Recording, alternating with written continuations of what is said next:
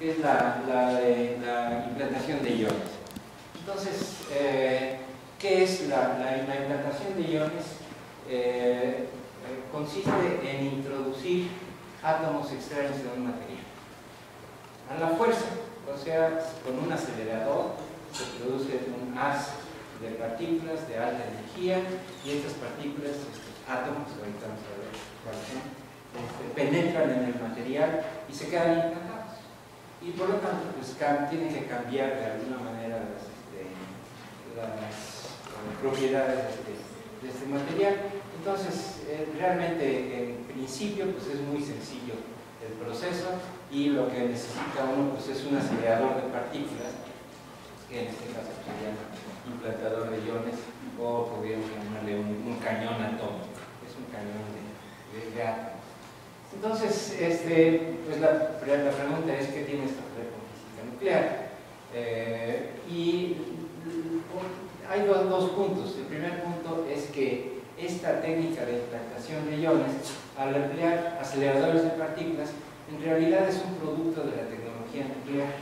Es decir, los aceleradores fueron desarrollados inicialmente para estudiar física nuclear, pero eventualmente pues, se dieron cuenta de que podían tener muchos otros usos, y es precisamente a los que estamos interesados.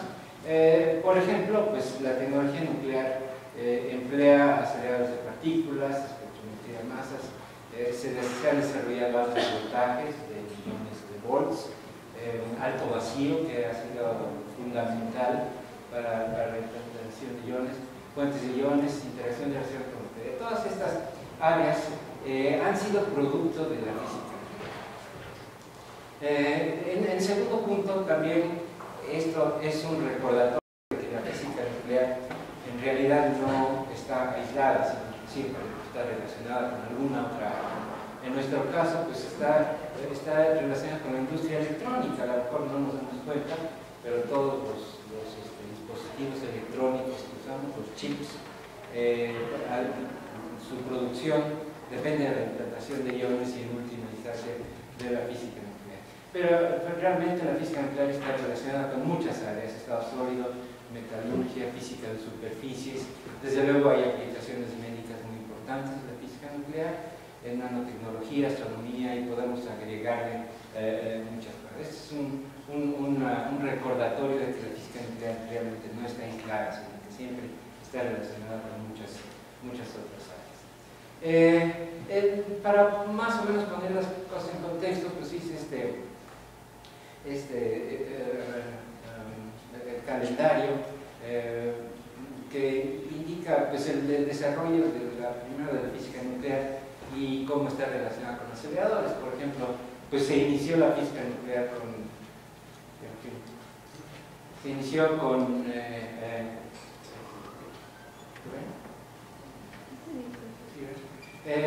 pues con el experimento de Rutherford que descubrió la existencia del núcleo, y esto pues es 1911, o sea, hace precisamente 100 años que esto se inició. Originalmente el descubrimiento del núcleo pues, fue usando fuentes radiactivas, porque no existían aceleradores. Pero pues, poco a poco se fueron dando cuenta de la necesidad de aceleradores. Todavía en 1918-19 se desarrollaron los espectrómetros de masas. Luego la primera reacción nuclear que hizo Rutherford fue esta, en donde usó partículas altas de una fuente radiactiva. Y luego en los 29, 30, 31 se desarrollaron los diferentes tipos de acelerador: el ciclotrón de Lorentz, el protrón Walton, que es una fuente, es esencialmente un multiplicador de voltaje, y el Van de Graaff, que funciona por una banda que transporta carga, y con esto se lograron altos voltajes, y esos altos voltajes se usaron para acelerar átomos o núcleos. Y de hecho, bueno, fue en 1932 la primera reacción nuclear hecha con un acelerador, que fue el litio 7P alfa. Ya aquí el proyectil es un protón, ya no es una partícula proveniente de una fuente radiactiva. Luego, en los 30s y 40s, pues se siguieron desarrollando aceleradores pensando principalmente en física nuclear, es decir, se vio la necesidad pues, y la conveniencia, ¿verdad?, de tener aparatos que pudieran llevar a cabo estas reacciones nucleares. Y bueno, al final de esta lista, en 1952 se instaló el primer acelerador Valdegrave aquí en la Ciudad de México, aquí en Ciudad Universitaria. Luego, durante los 50s y 60s, se desarrollaron otros conceptos de acelerador, el concepto de tándem, el penetrón. En 1954 fue el primer dispositivo electrónico creado con implantación de iones, o sea, el primer transistor, hecho con implantación de iones. Durante los 60 se desarrollaron los implantadores de iones, se desarrollaron algunas de las técnicas que les voy a platicar en un momento, y luego en los 60 ya había compañías que producían aceleradores, la High Voltage Engineering Corporation, Tanquisí, Extrion, varias otras. Y en México, pues en 1972 se instaló un Valdegrave de 700 kilovolts, en 88 Valdegrave de 5,5 millones de volts, y finalmente en 1995 un acelerador Penetrón, que es el que les voy a mostrar más adelante. En la actualidad, pues hay varias compañías que se dedican a construir implantadores de iones o aceleradores y tecnología de alto vacío, que ha sido esencial. Entonces, esto da un poco la historia del desarrollo de la implantación. Un ejemplo, el ejemplo más importante, el impacto más grande que ha tenido la implantación de iones ha sido en la producción de dispositivos electrónicos. Y este es un dispositivo electrónico el más sencillo que se puede uno imaginar, es un fotodiodo que le llega luz, y aquí tenemos un arreglo de tamaño de micrómetros, o sea, es muy pequeñito, pero un arreglo tridimensional de regiones. Por ejemplo, esta es una región P, es un semiconductor tipo P que tiene impurificaciones que dan electrones que necesitan electrones. En fin, es nada más para indicar que en dimensiones de micras se necesita desarrollar toda una arquitectura de sustancias, ¿sí?, de materiales. Y esa arquitectura ha sido lograda pues, gracias a esta implementación de iones. Un ejemplo, esto es tomado de una revista que se llama Industrial Physicist. Una oblea requiere típicamente de 20 a 30 implantaciones, o sea, un chip de los que tenemos en el celular o lo que sea, requiere de 20 a 30 implantaciones para conseguir una arquitectura aquí bastante complicada de materiales que permiten la operación del chip. Y nada más también para poner las cosas en contexto, una fábrica produce del orden de 50,000 obleas al mes, ¿sí? Realmente es una cosa grande, es una industria. Es un ejemplo de un chip. Y también para poner las cosas en contexto, más o menos con $20 uno consigue del orden de 100,000 millones de transistores. ¿En qué parte de ese transistor es donde se hacen esas implantaciones?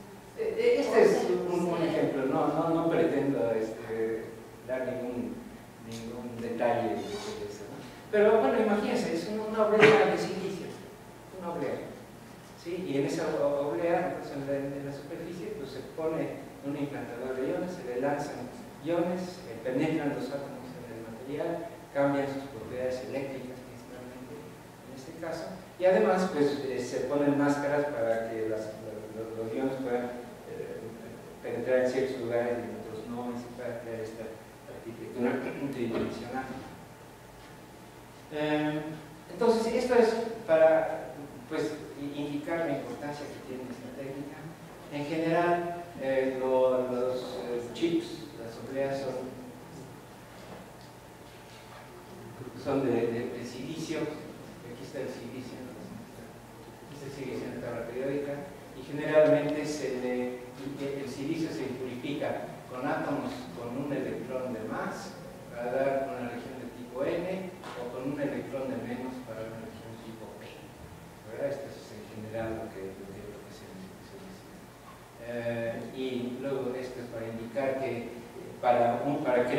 polea se necesitan iones de muchos diferentes tipos, pero también de muchas diferentes energías. Este es el kiloelectron volts, aquí tenemos un millón de volts y para abajo, y también muchas diferentes dosis, o sea, cantidad de iones que se estén emitiendo. Entonces, esto es nada más para poner las cosas en contexto, y luego ya voy a indicarles que aquí en el Instituto de Física, creo que la semana que entra, tenemos un acelerador llamado Peletron de 3 millones de volts que está dedicado principalmente a implantación de iones. Así es que les voy a platicar. Y esto es pues, para que se den cuenta de la magnitud de lo que es un implantador. Hay muchos diferentes tipos de implantador. Y bueno, como ustedes son físicos, entonces primero quiero hablar un poco de la física de la implantación de iones y después platicar un poco sobre las aplicaciones. Entonces, la física de implantación es esta.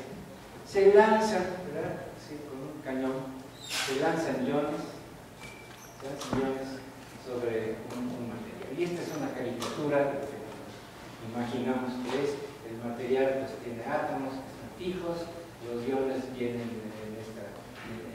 en una sola, en una dirección dada. Y podemos ver que bueno, los principales efectos que se producen son ionización y excitación del material, y también puede haber desplazamientos atómicos, o sea que uno de estos átomos le pegue a alguno de estos y lo desplace de su lugar. Entonces, si queremos pensar en la física de esto, pues es extremadamente complicado, porque cada uno de estos proyectiles puede ser una partícula que llamamos puntual, o un protón, una partícula alfa, pero generalmente son átomos ionizados, o sea, núcleo contado de electrones, o sea, muchos cuerpos ahí. Y cada uno de los átomos del blanco que se bombardea también es un átomo complicado, un núcleo y muchos electrones. De manera que, pues, aquí se ve inmediatamente que si queremos medio entender la física, pues necesitamos modelos muy simplificados, ¿verdad? Por ejemplo, es como el elefante esférico. Aquí necesitamos, vamos a suponer que esto es puntual. Y vamos a suponer que el núcleo es puntual y que los electrones son clásicos, no son cuánticos. En fin, podemos usar muchos modelos. Aquí lo que quiero es darles una idea de más o menos cómo se hace. Hay que tener en cuenta que la energía que tienen los proyectiles es, bueno, pues, la energía cinética que traen, la depositan de alguna manera en el material. Y pues esto es, calientan el material, se producen posiblemente reacciones químicas, cambios de estructura, etc. El depósito es muy inhomogéneo. Se pueden pensar que son trazas, las partículas que llegan una por una, ¿no? Aunque son a lo mejor 10 a la 12 proyectiles por segundo, pero llegan uno por uno, y cada uno produce un efecto muy localizado, pero muy intenso, muy importante. Puede subir la temperatura, por ejemplo, del orden hasta de 3000 grados, muy localmente en la región de una micra. Entonces, muy inhomogéneo el depósito. Esto sucede en tiempos de 10 a la menos 15 segundos, femtosegundos. Y esto quiere decir que no podemos aplicar la termodinámica que conocemos, ¿no? Porque la termodinámica clásica que nos enseñan es de equilibrio, y aquí está totalmente fuera de equilibrio termodinámico. De hecho, las frecuencias de oscilación de los átomos en los sólidos son del orden de 10 a la menos 12 segundos. De modo que esto es 1000 veces más rápido que una oscilación del átomo. Entonces también, bueno, tenemos que pensar si vamos a hacer un modelo, el modelo tiene que ser muy fuera de equilibrio termodinámico. Hay depósito de carga, desde luego los proyectiles son átomos, tienen carga. La carga pues, está en el núcleo y en los electrones, y esa carga de alguna manera se tiene que diseminar, depositar en el material. Hay depósitos de impurezas, y esto es importante, lo que decía yo, por ejemplo, en silicio, si se le deposita un átomo de boro, el átomo de boro le falta un electrón para acomodarse en la red cristalina, y por lo tanto genera una región tipo P. ¿Sí? Entonces la presencia del boro, la impureza, es muy importante porque es lo que determina las propiedades del semiconductor. Y bueno, ahí se produce radiación secundaria, que tiene más importancia, pues en rayos X o otras radiaciones. Para empezar a cuantificar la implantación de iones, pues es muy sencillo. ¿Cuántos proyectiles llegan, ¿verdad? Y cuántos blancos hay para pegarlos? Entonces, pues digamos, se usan los conceptos de densidad de flujo de proyectiles, que bueno, no voy a ahondar sobre esto, pero tener en cuenta la afluencia, o a veces llamada dosis, es el número total de proyectiles que se implanta en el material. Obviamente, si se implantan muchos, pues el efecto es fuerte; si se implantan muy poquitos, el efecto es débil. Y luego, y bueno, en el indicador de iones, como los átomos tienen carga eléctrica, tienen que tenerla, porque solo así los podemos manipular para los campos eléctricos y magnéticos. Como tienen carga eléctrica, entonces el flujo de proyectiles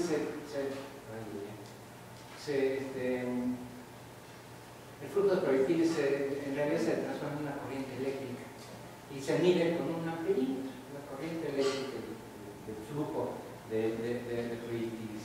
La densidad de flujo, bueno, y digamos, las corrientes que se usan son del orden de entre nanoamperes y miliamperes. Un nanoampere nos da del orden de 10 a 9 proyectiles por segundo. También esto es para darse una idea así pictórica de lo que está haciendo. Un microampere, que son del orden de 10 a la 12 por segundo. Un miliampere, 10 a la 12.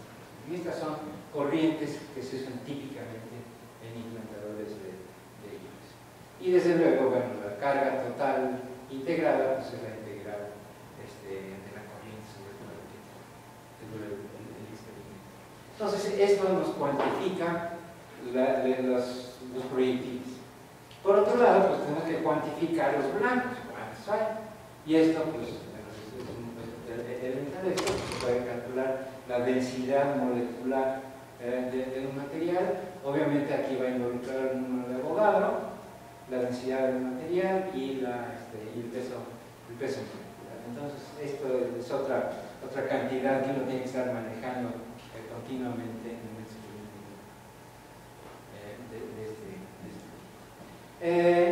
y para unir las dos cosas, el flujo de proyectiles y los blancos, necesitamos algo que nos diga cuál es la probabilidad de que un proyectil le pegue a un blanco. Y eso pues, se usa el concepto de sección, que ustedes ya se han encontrado el concepto de sección en todos lados, y una manera de describir la sección pues, es contar el número de proyectiles que llegan aquí y que son dispersados en una cierta dirección. La probabilidad de que un proyectil aquí sea dispersado en esta dirección se le llama sección o sección transversal. A veces hay sección para todos los procesos que se pueden imaginar. Sección es probabilidad, así que hay sección de ionización, hay sección de desplazamientos atómicos, sección de sistema de laboratorio y sistema de centro de masa, en fin. Entonces, este concepto de sección también es básico en tratar de entender los procesos. Entonces, volviendo a nuestro problema de cómo llegan los iones, cómo interactúan, un problema que se tiene es que los iones, los proyectiles, pueden tener diferentes estados de carga cuando penetran aquí. Cuando supóngase que es un átomo, tal vez una vez ionizado, ¿sí? Le falta un electrón. Pues llega el átomo, se penetra en el material a alta velocidad, empieza a interactuar con todos átomos o moléculas con que se encuentra, y va intercambiando electrones. O sea, puede perder, si va muy rápido, puede perder todos los electrones al penetrar por aquí, y si va muy despacio, puede atrapar electrones. Entonces, el proyectil puede tener muchos diferentes estados de carga. Por ejemplo, helio, pues puede ser uno más si tiene un electrón, dos más si no tiene electrones. Iones de carbono pueden ir de 1 a 6, de silicio de 1 a 14, etc. Entonces, esto es algo que hay que tomar en cuenta a la hora de hacer un experimento. Entonces, ¿cuál es el proceso principal al interactuar los iones con el material? Es un frenado. Porque, de hecho, la interacción más importante que se tiene es la interacción de los iones con los electrones del material. Primero, porque son los más abundantes, hay muchos más electrones que núcleos. Y segundo, porque ocupan más espacio los electrones que los núcleos. Así que el efecto más común es la interacción de estos iones con los electrones del material. Entonces, ¿qué es lo que se produce? Pues los iones al penetrar por aquí, aparece que vienen a alta velocidad, pueden venir a un décimo de la velocidad de la luz, por ejemplo. Entonces interactúan con los electrones aquí y ionizan el material. Así que, bueno, el proceso más importante es el de ionización y excitación del material. Y cada vez que se ioniza un material, se le quita un poco de energía a los proyectiles. Y un ejemplo así clásico es si viene un proyectil, una partícula alfa de 4,78 menos, y escogí esta energía porque es la energía de las partículas alfa del radio, muy famoso, en carbono, en un absorbedor de carbono. La energía de ionización promedio del carbono es 79 electronvolts. O sea, es la energía necesaria en promedio para quitarle un electrón a un átomo de carbono. Entonces, si simplemente dividimos 4,78 millones en 79, la energía de un solo proyectil alcanza para producir unas 60.000 ionizaciones. ¿Sí? Entonces, un solo proyectil puede producir una gran cantidad de ionizaciones en un material. Este es el efecto más importante de la interacción de iones positivos con materia. Entonces se produce el frenado, porque si viene aquí un proyectil de 4,78 metros, el primer átomo que se encuentra, pues al ionizarlo le va a quitar 79 y quedan todo el resto. ¿Sí? Entonces, en realidad, los proyectiles van atravesando el material y en cada átomo que se encuentra pierden una muy pequeña parte de su energía, de manera que se van frenando gradualmente.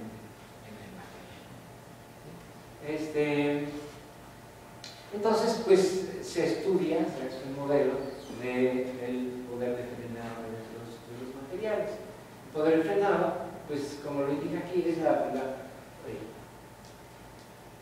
la energía perdida por unidad de longitud.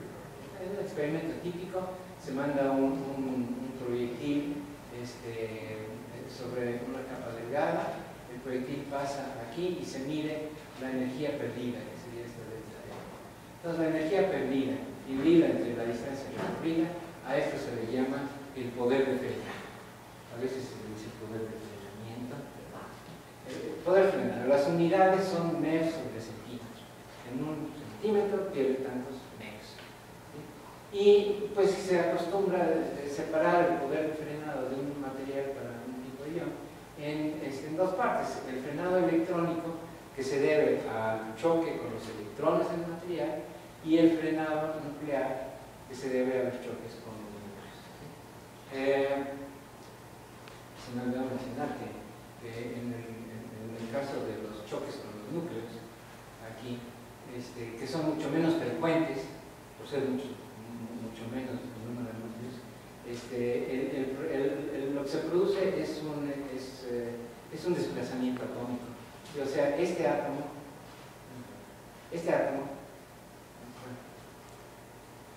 le puede pegar a y desplazarlo de su lugar, mandarlo allá afuera, a otro lado, produciendo entonces daño estructural en el material. Y uno puede esperar entonces que el daño estructural del material obviamente va a cambiar sus propiedades tanto físicas como químicas, de muchos tipos. Entonces, el poder de frenado, pues típicamente se separa en dos grupos, el frenado electrónico y el frenado nuclear. Y si uno toma el poder de frenado, como está aquí, con estas unidades, MER perdidos por centímetro recorrido, y lo divide entre la densidad atómica, esa densidad atómica que se calcula con el número de Avogadro, entonces uno obtiene una cantidad que se llama sección, que es propia de los átomos individuales. ¿Sí? Naturalmente es una propiedad, en promedio depende, va a depender de uno de los átomos individuales. Entonces se puede reducir una cantidad macroscópica a una propiedad microscópica mediante dividir entre el número de núcleos.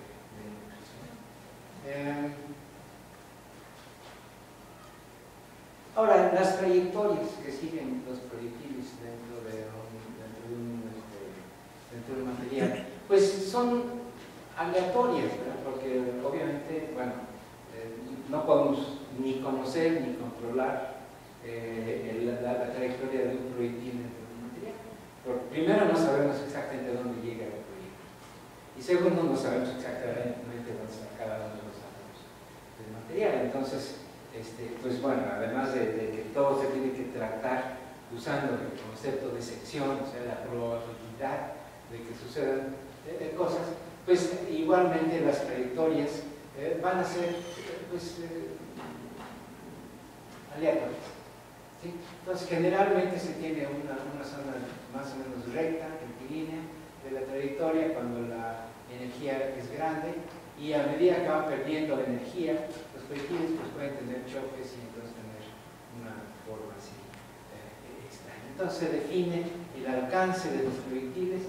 El alcance lineal es el alcance a lo largo de la trayectoria. El alcance proyectado pues es esta distancia de acá, a donde llega, y el alcance transversal pues es la distancia. Obviamente tiene que haber una relación entre el alcance y el poder de frenado, porque si el poder de frenado es grande, se frena mucho, entonces el alcance es pequeño. Y al revés, ¿verdad? Si el poder frenado es débil, entonces puede atravesar una gran distancia el proyectil. Entonces el alcance, en este caso el alcance lineal, pues depende del inverso aquí del poder de frenado. Estas, bueno, obviamente son ideas muy generales. Todo esto pues, se puede hacer en mucho detalle. Y pues, también típicamente en un experimento o en un proceso industrial de implantación de iones, pues lo que se tiene son distribuciones de alcances de los iones, porque no es nada más un ion el que entra, sino que estamos mandando 10 a la 12 iones por segundo. Entonces estos 10 a la 12 iones se distribuyen en su posición de alguna manera. Tenemos una distribución de alcances, tanto el alcance proyectado como el lineal, como el transversal, y entonces uno maneja las propiedades de las distribuciones.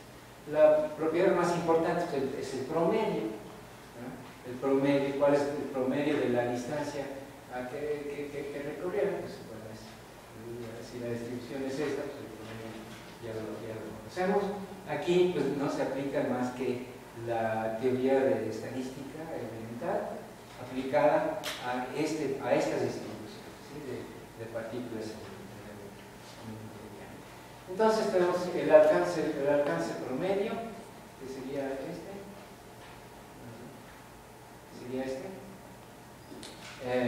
indicado aquí en la figura aquí por este punto. Y luego tenemos, bueno, la varianza, ¿verdad? Que es la otra propiedad elemental de una distribución estadística viene estando relacionado con la anchura de la distribución. Entonces tenemos la varianza de distribución definida como en cualquier libro de física de estadística. Y bueno, esta sería la expresión, y no es más que una medida de la anchura. La raíz cuadrada de la varianza, esto se le llama esparcimiento, en inglés se dice straggling, si leen algún libro sobre esto se van a encontrar. Entonces el straggling, el esparcimiento, es la raíz cuadrada de la varianza de la distribución estadística. Entonces, fíjense cómo, bueno, estoy hablando de electricidad, estoy hablando de termodinámica de equilibrio, estoy hablando de estadística, ¿sí? Entonces, en realidad, aquí entran un montón de conceptos, no nada más de física. Ahí están los núcleos, ¿verdad? Y bueno, y hay otras, la simetría de la distribución, la kurtosis de la distribución, si alguien tiene interés, están en los libros de estadística. Y una cosa muy importante, digamos que ha servido mucho para el desarrollo, es que se han desarrollado programas de simulación de los trayectorias. Este es un programa SRIM, que es Stopping and Range of Ions in Matter, ¿sí?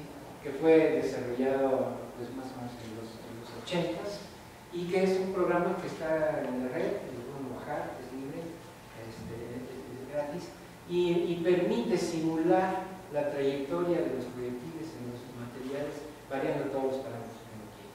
Uno puede variar la energía del proyectil, el tipo de proyectil, puede variar la composición del blanco, puede variar la densidad del blanco, etc. Y va calculando por el método Monte Carlo, o sea, con números aleatorios, va calculando trayectos y juntando la información de las trayectorias, de manera que en este caso aquí se trata de iones de nitrógeno de 5 millones de electronvolts en acero inoxidable. Esto es lo que escogí para este cálculo, ¿eh? Y esta es una simulación de las trayectorias de nitrógeno en el material. Nótese, por ejemplo, aquí que el alcance es del orden de 2 micras. Estamos siempre hablando, en el caso de interacciones, de distancias de micrómetros. Y bueno, este programa SRIM permite hacer esta simulación de las trayectorias y la información la va guardando, ¿verdad? Por ejemplo, va contando cuántos cayeron aquí en este intervalo, cuántos acá, cuántos acá. Y aquí da el histograma, ¿verdad? Para que nos indica la distribución. De hecho, esto sería la función de distribución que acabamos de ver. Es una distribución estadística. En este caso, pues fueron muy poquitos, así que la distribución estadística es bastante mala, ¿verdad? No podemos sacar muchas conclusiones de esta distribución. Pero si uno aumenta el número, entonces puede tener una distribución pues ya un poquito más realista, un poco más, bueno, que entienda uno, podemos sacarle información. Y aquí lo que puse fue iones de oro de un MER en titanio. Nótese que estoy hablando de diferentes iones, de diferentes energías, en diferentes materiales, ¿verdad? Y no nada más porque el programa SRIM permite esto, sino que en el laboratorio tenemos muchos diferentes tipos de iones, de muchos diferentes tipos de energía, y el material se nos ocurre poner ahí. De manera que no es casual que haya escogido, digamos, es nada más un ejemplo de que tenemos una gran variedad de todos estos parámetros. En el caso de oro, de un MER, o sea, de 1 millón de volts, energía, el alcance, bueno, aquí ¿cómo se llama? La escala es 3000 angstroms, o sea, un tercio de micra, ¿verdad? Y el alcance en promedio, pues anda por aquí, ya de una distribución de estos que ya fue un buen número de casos calculados, ya podemos sacar, pues ya con cierta confianza el alcance promedio y el esparcimiento, ¿verdad? O la varianza de la distribución. Entonces, todo esto está muy estudiado, se puede calcular, y además es gratis, uno puede bajar de la red programa. Ahora, digamos, también teniendo en cuenta que somos físicos, bueno, quiero mencionar un poquito sobre pues, la idea de lo que es el proceso de interacción de un ion con un material. Y aquí esto es, una obtención de la fórmula de Bohr, que esta se tuvo por ahí en los 20s, no hay ninguna novedad, pero es un ejemplo de cómo podemos crear un modelo para explicar un proceso. Y fíjense que aquí, bueno, parte de la idea de mostrar esto es que el modelo es extremadamente simplificado, ¿verdad? No tiene nada que ver con un átomo de cierta energía, ¿verdad? Con muchos electrones que le pega a un material que tiene muchos átomos en diferentes posiciones con muchos más electrones, ¿verdad? Pero pues si queremos medio entender la física de lo que pasa aquí, usamos un modelo simplificado, usamos un modelo en que el proyectil tiene una carga positiva y es puntual, o sea que obviamente no va a ser cierto. Bueno, si quieren considerar un protón puntual, físicos nucleares, ¿qué tanto quieren que el protón sea puntual? Una partícula alfa puntual, bueno, aquí estamos. Y obviamente un átomo de carbono puntual, pues es una explicación enorme. Aquí se tiene, entonces, ¿cómo se llama? Ion puntual, esta carga puntual, va a interactuar con un solo electrón del material, del montón de electrones que hay por ahí, que además vamos a suponer en primer lugar que está fijo, no se mueve el electrón en este modelo, obviamente, y estoy echando el modelo, ¿no? Pero creo que es muy importante cuando uno usa un modelo en física, darse cuenta de cuáles son las limitaciones del modelo, hasta dónde puede uno realmente creerle a este modelo. Entonces, en este modelo el electrón está fijo y además está libre, no está amarrado en voy a hablar sobre eso en un momento. Se supone que la interacción es coulombiana, o sea, es eléctrica, pasa el ion y jala al electrón, son cargas opuestas, entonces jala al electrón, y se supone que el electrón entonces obtiene un impulso en esta dirección nada más, perpendicular a la dirección original del proyectil.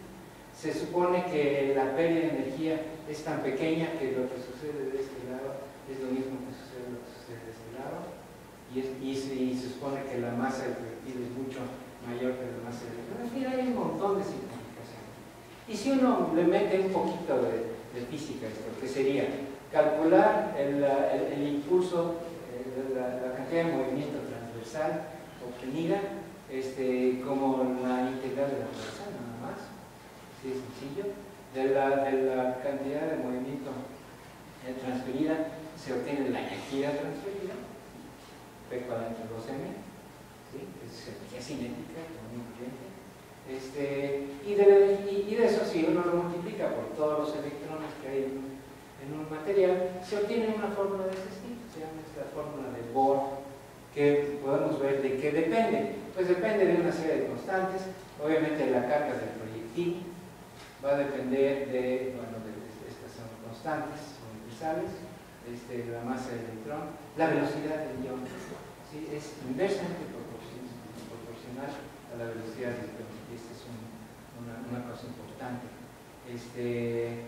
Luego depende pues también de cuántos electrones hay aquí, o sea, de la densidad atómica, depende del número atómico del blanco, y luego depende aquí de la relación, una cosa que es casi prácticamente la relación entre la energía del proyectil y la energía de ionización.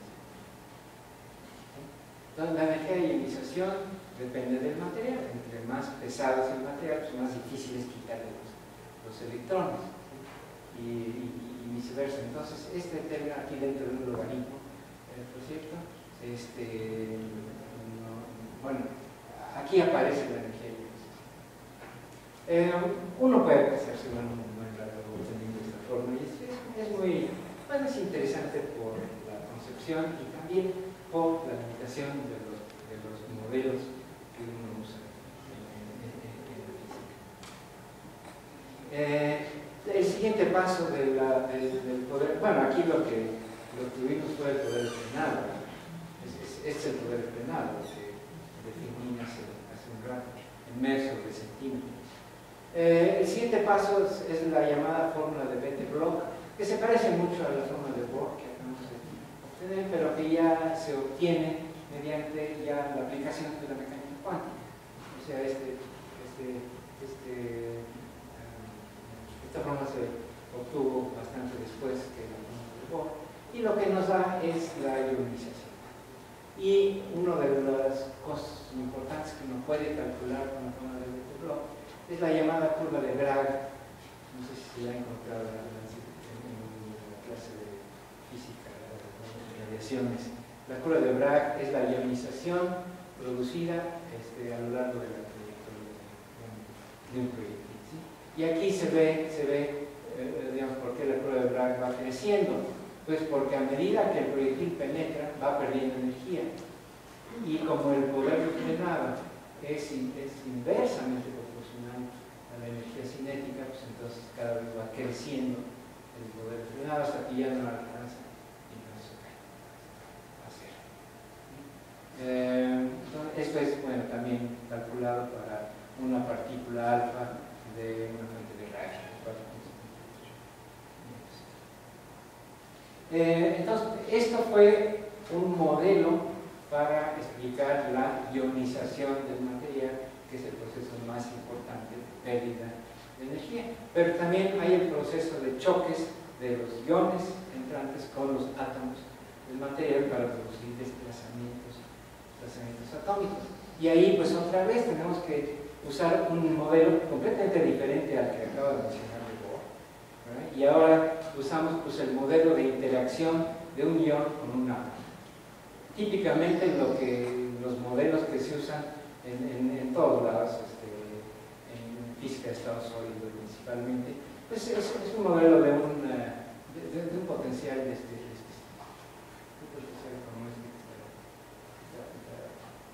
que lo primero que nos podríamos preguntar es, ¿realmente, pongamos a pensar, un ion sobre un átomo, se puede esto representar por un potencial? Piensa, digamos, el potencial es la fuerza es realmente el potencial. O sea, el potencial para mí es una función matemática, ¿verdad?, que nos ayuda a entender la fuerza. Ahora, ¿cuál es la fuerza entre dos átomos? Entre un ion y un átomo. Pues es complicadísima porque hay un montón de electrones y por lo menos dos núcleos, ¿sí? Entonces tenemos que representar esa fuerza por medio de un potencial. Y el potencial, pues necesitamos que cumpla con ciertas condiciones. En este caso se usa potencial que muy lejos, cuando están muy alejados los iones, el potencial es cero, ¿sí? O sea, no interactúa. Cuando se empiezan a acercar los iones, entonces se traslapan las nubes electrónicas y empieza a haber una atracción de los electrones de uno por el núcleo del otro y viceversa. Y entonces empieza a haber una atracción y tenemos un potencial, una parte negativa del potencial. Entonces llega un momento en que se acercan tanto, por ejemplo, aquí, que entonces hay una repulsión, no nada más por los núcleos que se repelen un núcleo al otro y ya se están los núcleos muy cerca, sino también entra el principio de exclusión de Pauli, porque al acercarse dos átomos, pues entonces los electrones tienen que elevarse, pasar a otros niveles, y esto sigue energía. Obviamente, si no hay energía suficiente, pues no va a suceder. De manera que aquí tenemos la repulsión de los núcleos, un núcleo con otro, y también el efecto del principio de exclusión. De manera que, bueno, el potencial que se usa típicamente para representar el choque de un ion con un átomo, pues es este.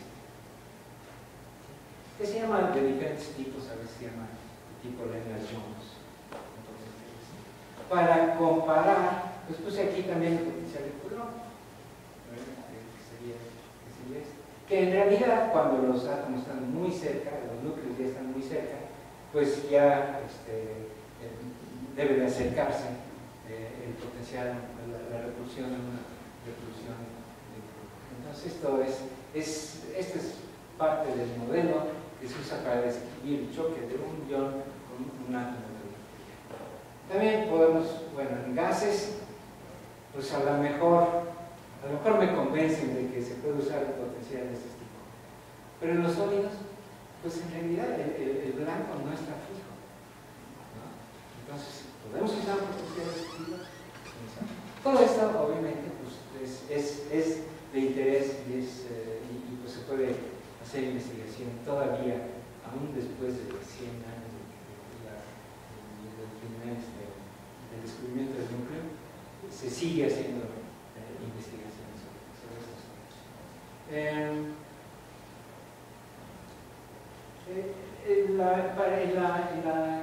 En el desplazamiento atómico, el mismo programa SRIM que mencioné permite calcular los desplazamientos atómicos.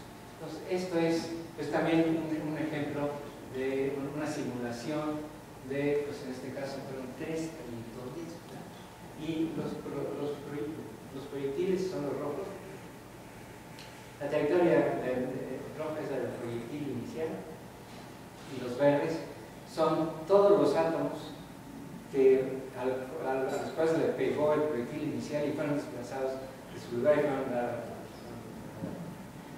Por ejemplo, digamos, si el proyectil inicial le pega a un blanco, puede transferirle, digamos, 50% de su energía al blanco. Entonces el blanco a su vez se transforma en un proyectil dentro del material y va causando daños, ionización y todo eso. Entonces todo esto lo simula el programa SRIM usando la técnica vertical con números aleatorios. Y entonces aquí pues, se pueden calcular, obviamente usé mucho más de 3 para calcular esta distribución, ¿verdad? Y también pues, se encuentra la distribución del daño, o sea, cada choque con un átomo de material desplaza al átomo, lo manda a otro lado y eso produce un daño. Y entonces la distribución del daño es nótese pues, en este caso es diferente la distribución de los daños producidos en el material que la distribución de los iones. Todo esto lo calcula en ese nivel. En este caso, pues escogí unas de arsénico de 200 kilovolts en silicio. ¿Por qué arsénico? Pues porque arsénico está en el siguiente grupo de la tabla periódica y precisamente si se implanta arsénico en silicio, entonces hay átomos con un electrón extra y el semiconductor intrínseco se convierte en un semiconductor tipo N, porque hay un electrón, ¿no? Bueno, y también pues vale la pena recordar, hay muchos procesos que suceden en la interacción de iones con materia. Uno de ellos es que se llama channel, canalización en español, que es el efecto de una red cristalina. Es decir, es posible que aquí está simulada una red cristalina, o sea, átomos colocados aquí en posiciones que se repiten, ¿no? A lo largo de la red. Esto simula un cristal. Y si uno le atina con los proyectiles justamente a la dirección de la red cristalina, entonces se pueden meter los proyectiles sin interactuar con los átomos y por lo tanto no pierden energía y por lo tanto penetran mucho más. Entonces esto pues lo muestro nada más como una, pues no tanto una curiosidad, es un efecto real y que se tiene que tomar en cuenta, pero ¿no? Para ilustrar la gran cantidad de posibilidades que hay de interactuar iones con materia. Y esto lo muestro, pues es una pintura de Dalí, que la pintó mucho antes de